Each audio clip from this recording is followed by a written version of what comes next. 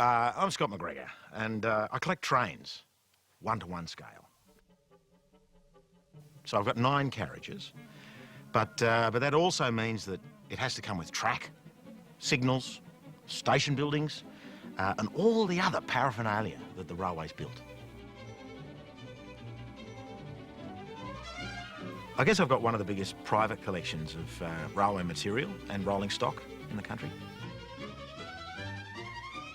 This is my first major collectible. It's the dining car. Originally, it was a cowboy car built in 1890. Came up here in 1981. One of the challenges with the conversion of vintage railway carriages is the changes that you have to make. This is obviously the kitchen, the galley, but a lot of my inspiration has been taken from the royal carriages or the commissioners' trains that also had these large rooms opened up. My favourite carriage is the big old sleeping car, one of the premier items of rolling stock in the railway's fleet, and apparently they rode like a dream. This half of the sleeping car's been opened up, so it creates a nice big room, but it shows off many of the features like the pressed metal ceilings, the beautiful cedar panelling, and all the small things like the light fittings and these great luggage racks, which are collectibles in their own right.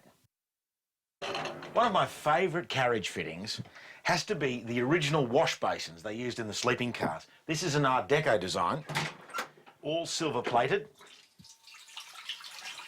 I love things that actually work.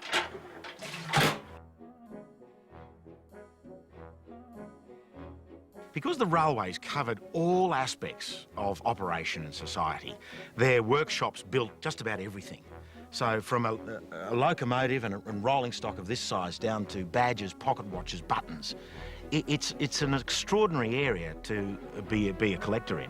The relief map is a pretty special piece because there are only, as far as I know, about 3 made. Very evocative because it shows the maximum extent of the railway lines throughout the state. And when you look at it now and you see how few are left still operating, it's rather sad, but it stimulates the imagination.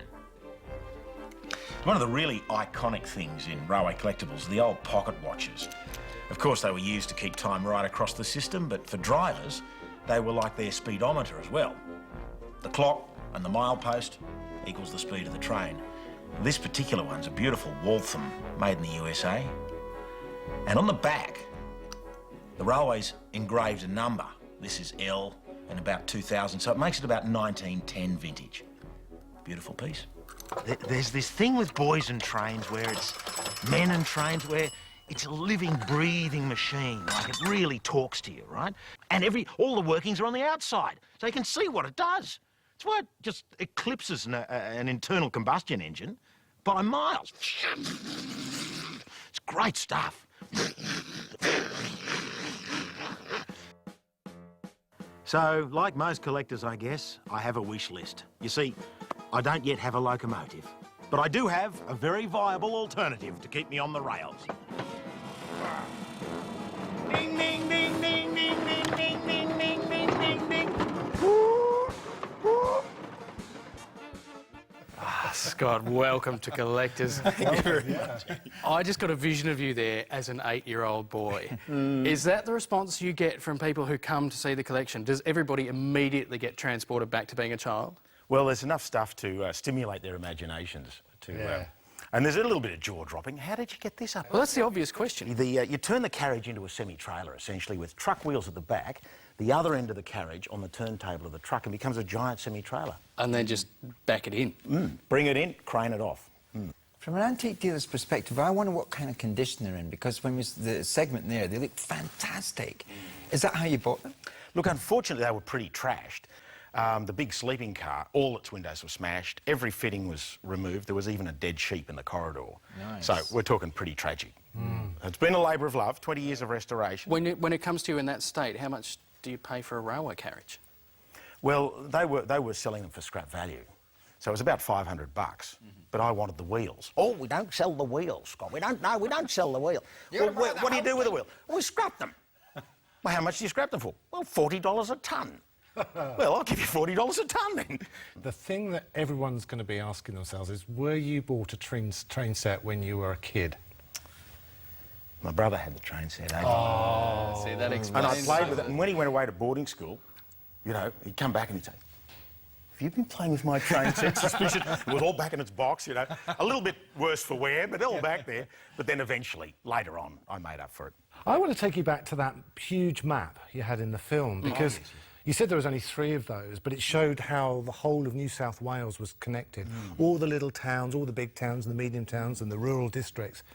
All that connection's gone now. After the war, the first few lines started to close, those non-paying branch lines, Ballina Line or Currajong or something like that. But since then, it's been just a retraction right across the board. And yet the environmentalists are telling us we should bring back public transport, light railways, because we're destroying the planet with all the car use we're doing. He's a true believer. He's switched on to the idea of trains.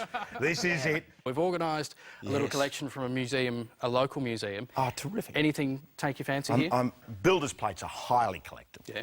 Thank goodness a lot of people don't really realise the significance of something as priceless as this. I'm just getting the feel of how good it feels. Really the height of great railway engineering, and this is what this symbolises. You obviously love that. What would you pay for a steam train? Over in the States, there's a hot market for steam locomotives in good working order, and you can pay up to $500,000. Oh, wow. Ranky. Scott, thank you so much for coming along and being our very absolute first collector pleasure. of the year. Thank you so much. It's been great. Handy, I better hand it back. Don't, mate. Yeah, You're making me sweat here. Thank you. On to Gordon now. And tonight...